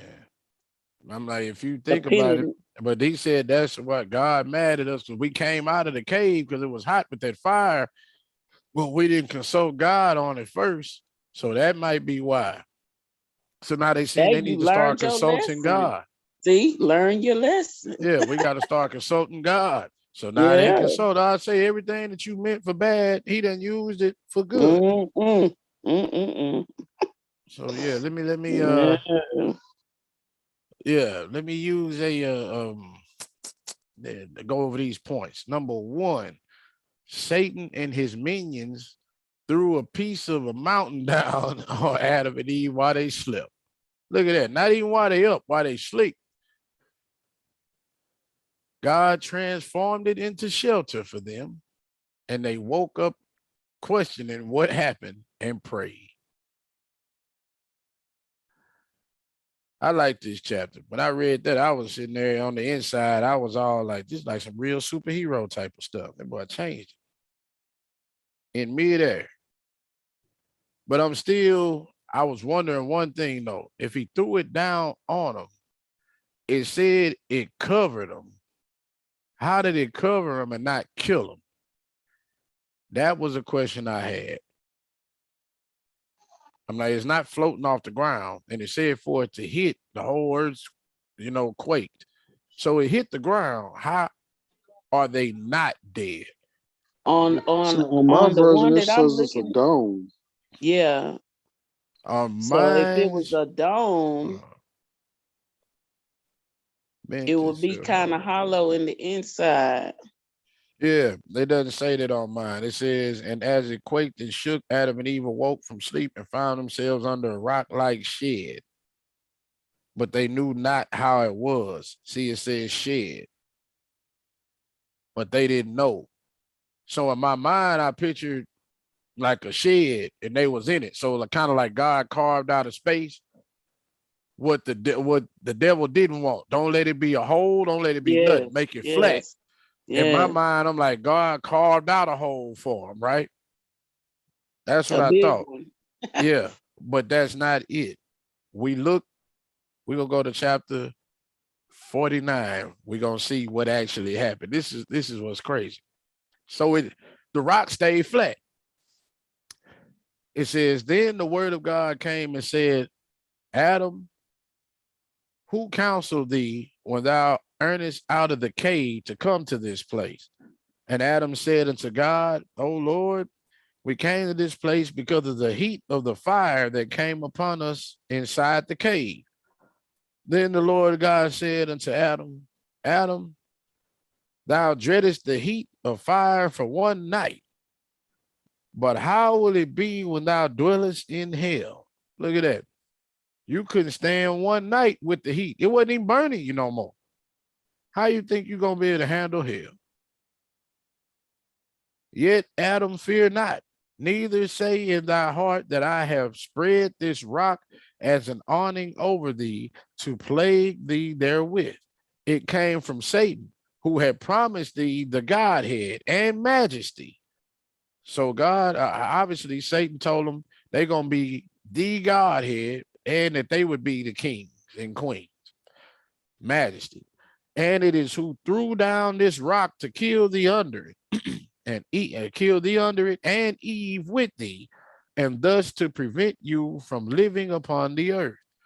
But in mercy for you, just as the rock was falling down upon you, I commanded it to form an awning over you and the rock under you to lower itself. That's how they live.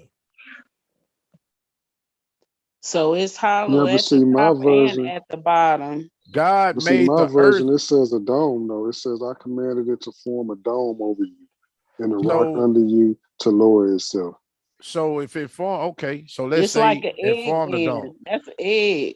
Yeah. So what he did was, okay, I'm gonna make this part form here and I'm gonna drop the earth. So you Mhm. lower, it won't smash you or nothing. I'm gonna drop the earth. So he lowered the earth, bam, that hit, and you good. So you in the covering. That's what happened. And this sign, oh Adam, will happen to me. Listen to this part. And this sign, Adam, will happen to me at my coming upon the earth.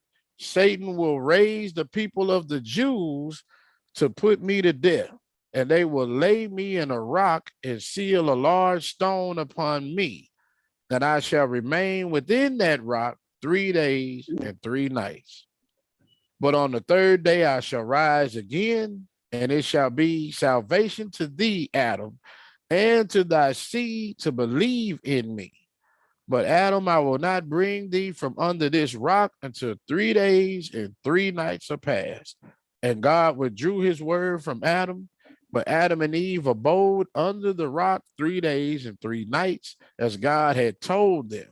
And God did so to them because they had left their cave and had come to this same place without God's order. But after 3 days and 3 nights, God opened the rock and brought them out from under it. Their flesh was dried up, and their eyes and hearts were troubled from weeping and sorrow.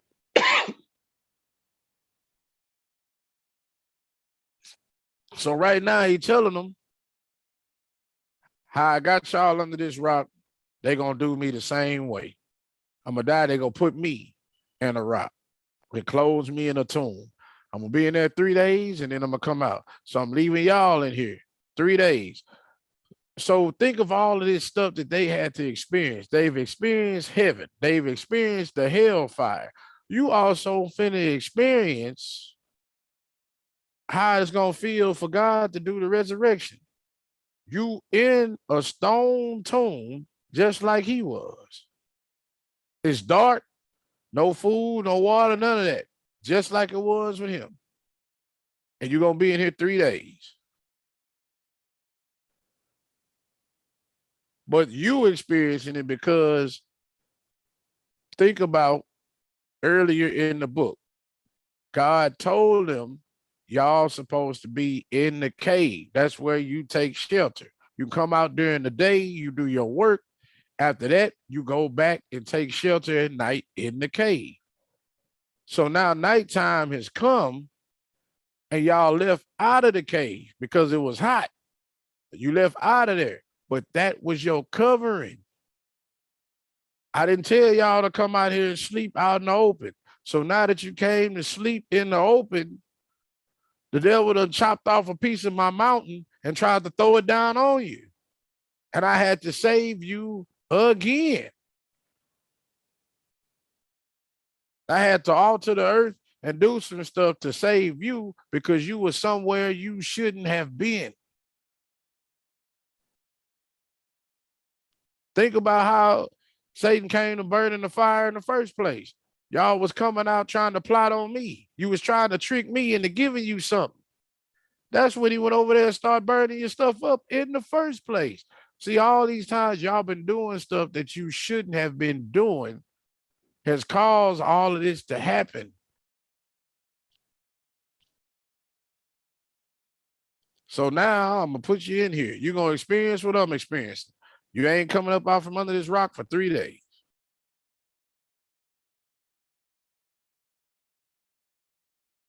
Thoughts? Any thoughts? Yeah, my bad, my bad. Thoughts?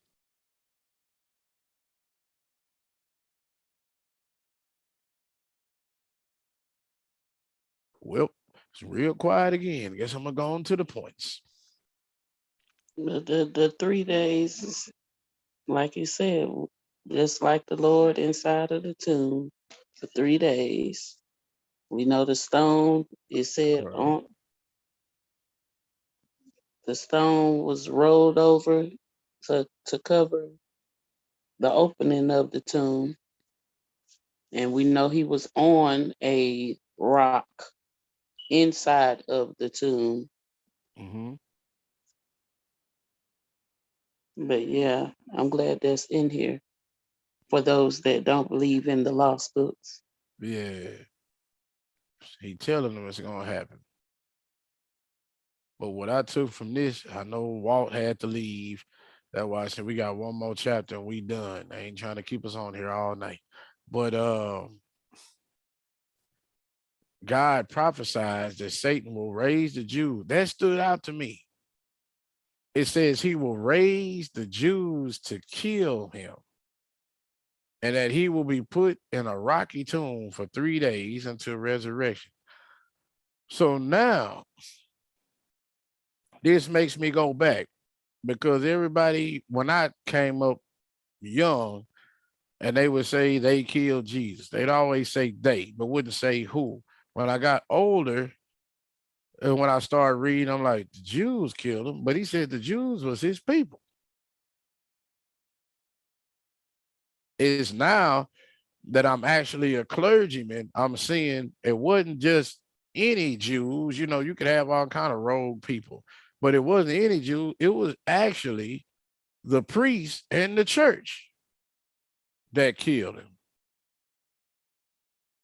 But now, I used to think, why would God say these was his people and then they turn around and kill them? And it make you start thinking about that. You would call people your people and they turn around and kill you. You know what I'm saying? It made me think about all of that. But now this part made some of that stuff made sense. Satan is going to raise them to kill me. So that means they were raised in a bunch of satanic ways. He's going to raise them to kill me. And he knows right now with just Adam and Eve what's going to happen.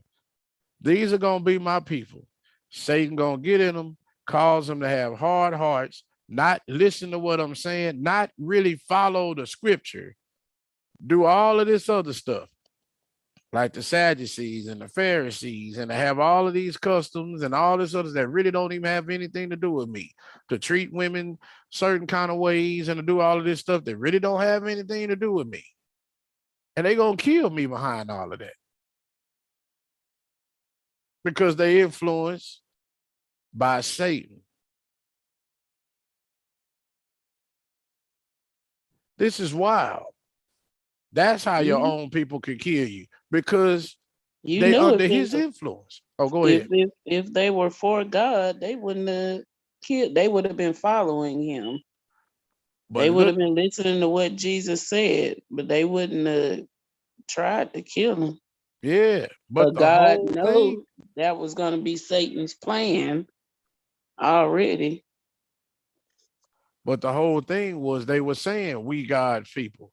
Yeah, We the you can high say priest. whatever. Your We know the actions ways of God. We know are this what here. matters. Yeah, we know this here. We do this. Y'all need to listen to us. We know God. We know the But ways of God. We know what God is. Yeah, but y'all killed God in the flesh right there with you.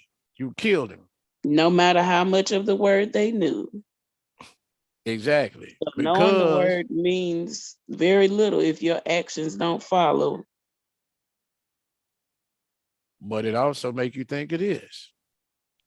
Like it says, the devil knows the scripture better than anybody. He was there while it was being written. He was there when all this was created.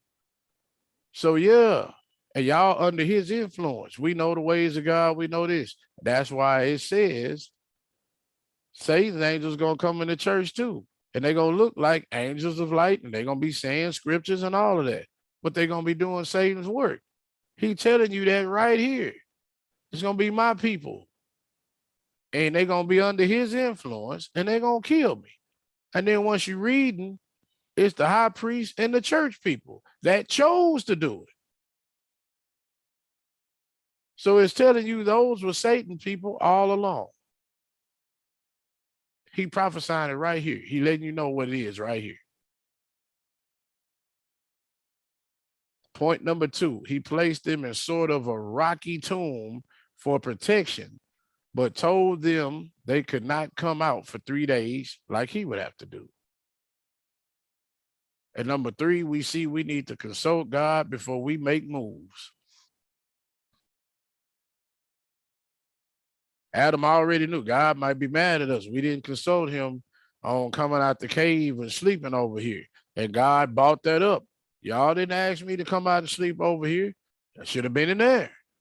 Yeah, it was hot, but you still should have stayed in there, because now this here, you could have been murdered. Then if I would have let you get murdered, how would I fulfill my covenant with you? How am I going to bring your righteous seed in here if you never get to have any? But while you out here just sleeping like everything all good, the devil plotting and he almost killed you. Trying to flee discomfort. Right. That was caused by you not doing what you were Yeah. supposed to do in the first place. That makes me think marriage just came to my mind. Hmm. Yeah. What happens in marriages when in relationships when people feel discomfort. Yeah, we had some talks about that. Yeah. But yep. Now let's get to this last chapter. I'm gonna try to get us off of here by 9:30.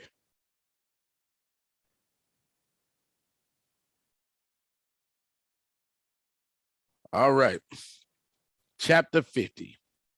Then Adam and Eve went forth and came into the cave of treasures, and they stood praying in it the whole of that day until the evening. And this took place at the end of 50 days after they had left the garden. So this is 50 days now. But Adam and Eve rose again and prayed to God in the cave the whole of that night and begged for mercy from him.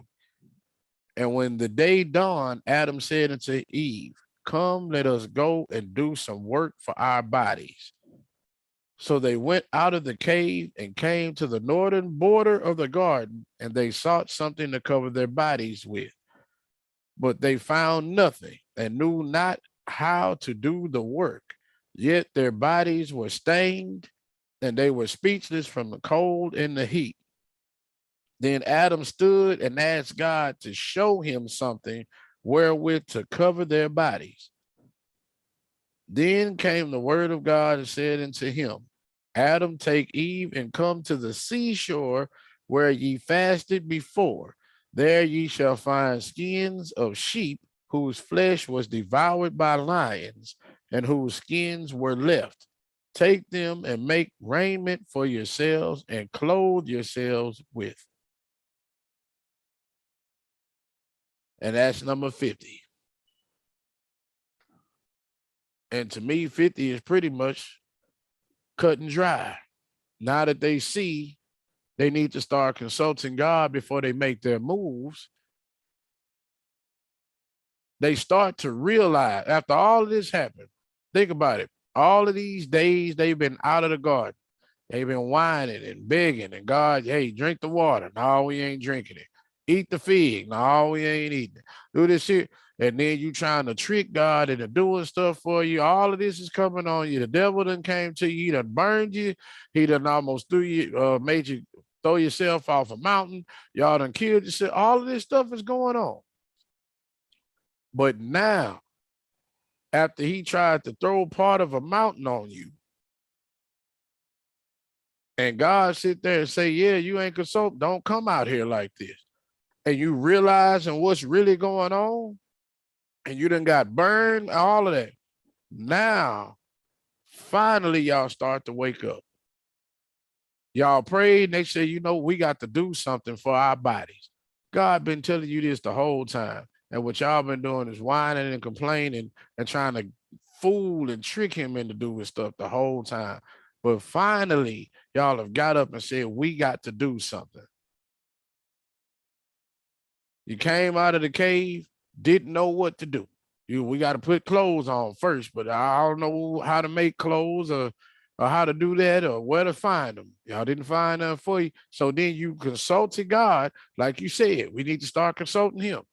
And right when you consult God, what does he do? Hey, yeah, come on up here to the seashore. Some lions just killed some sheep. His skin's laying around. You can make clothes out of that.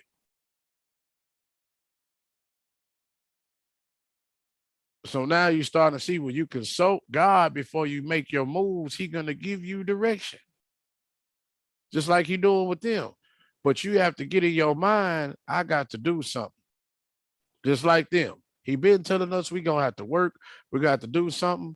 You know what? Let's just do it. We've been begging and complaining. Let's do it. Let's get it in our heart. Because now we got the enemy on our tail. He done burned us through a mountain. He done did all kind of stuff. We got to do something. So look at what all it took to get them to the point to where they actually are starting to realize we have to do something.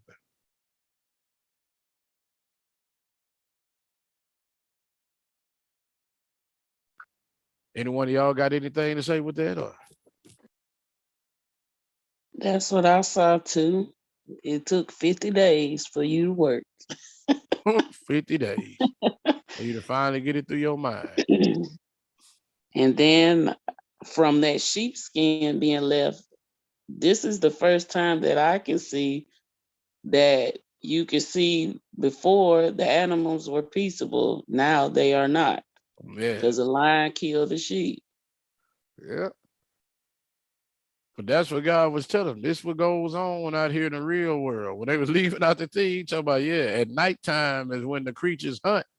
Mm-hmm. Remember But that? you see it. Yeah. They see what they see. Yeah. The Y'all didn't effects know what of the it. hunting was, but now you see what it is. Eh? Yeah. So Yep. now we see where they get the sheepskin for covering when you see those shows and movies and stuff. Yeah. This was the beginnings. Yeah, these are some of the first animals that died for you to Mhm. have clothing. But yep.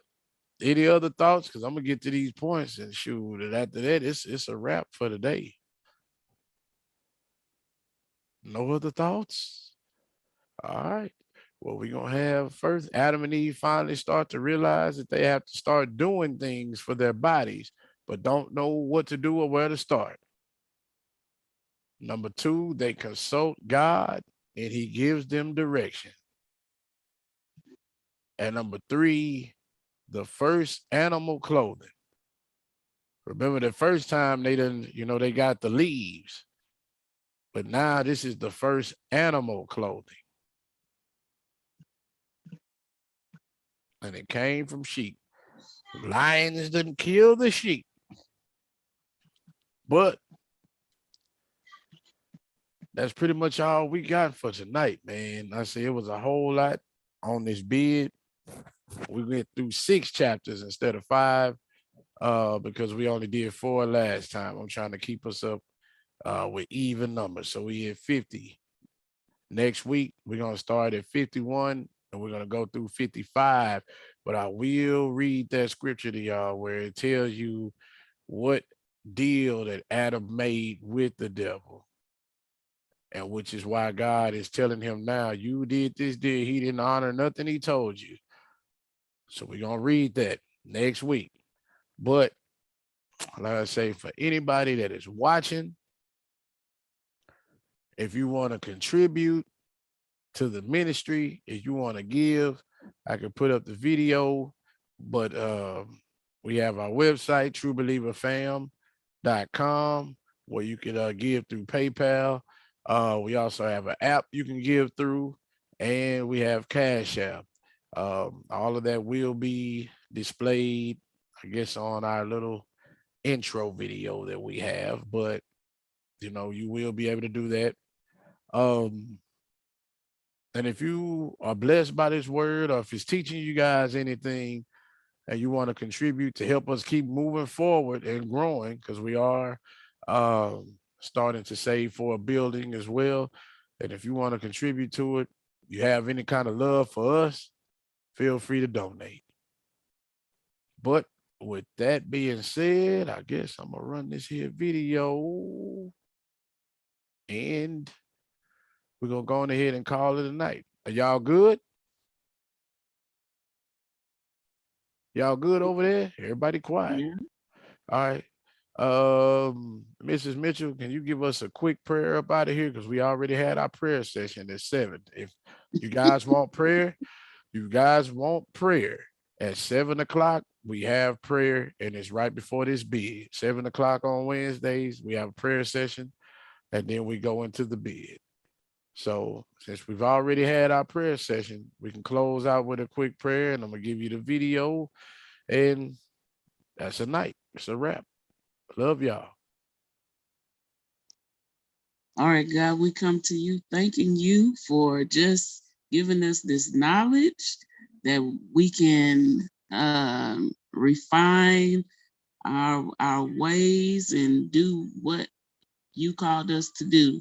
We thank you for all the blessings that will come from this word, from the lessons of Adam and Eve, from your scriptures, and we just ask that your people continue to grow, that your people continue to believe, that your people continue to trust in you, and that they never doubt your word, because your word will never fail and you will always be there to protect us. So God, we thank you, and we thank you for this platform. We thank you for the ability to even read these words.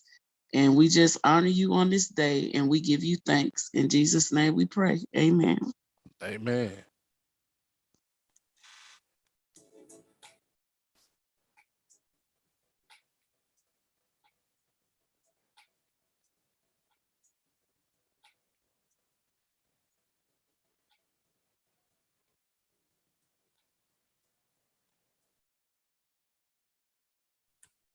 All right. See you guys later. Good All night. right. Amen. Good night, everybody. Good night.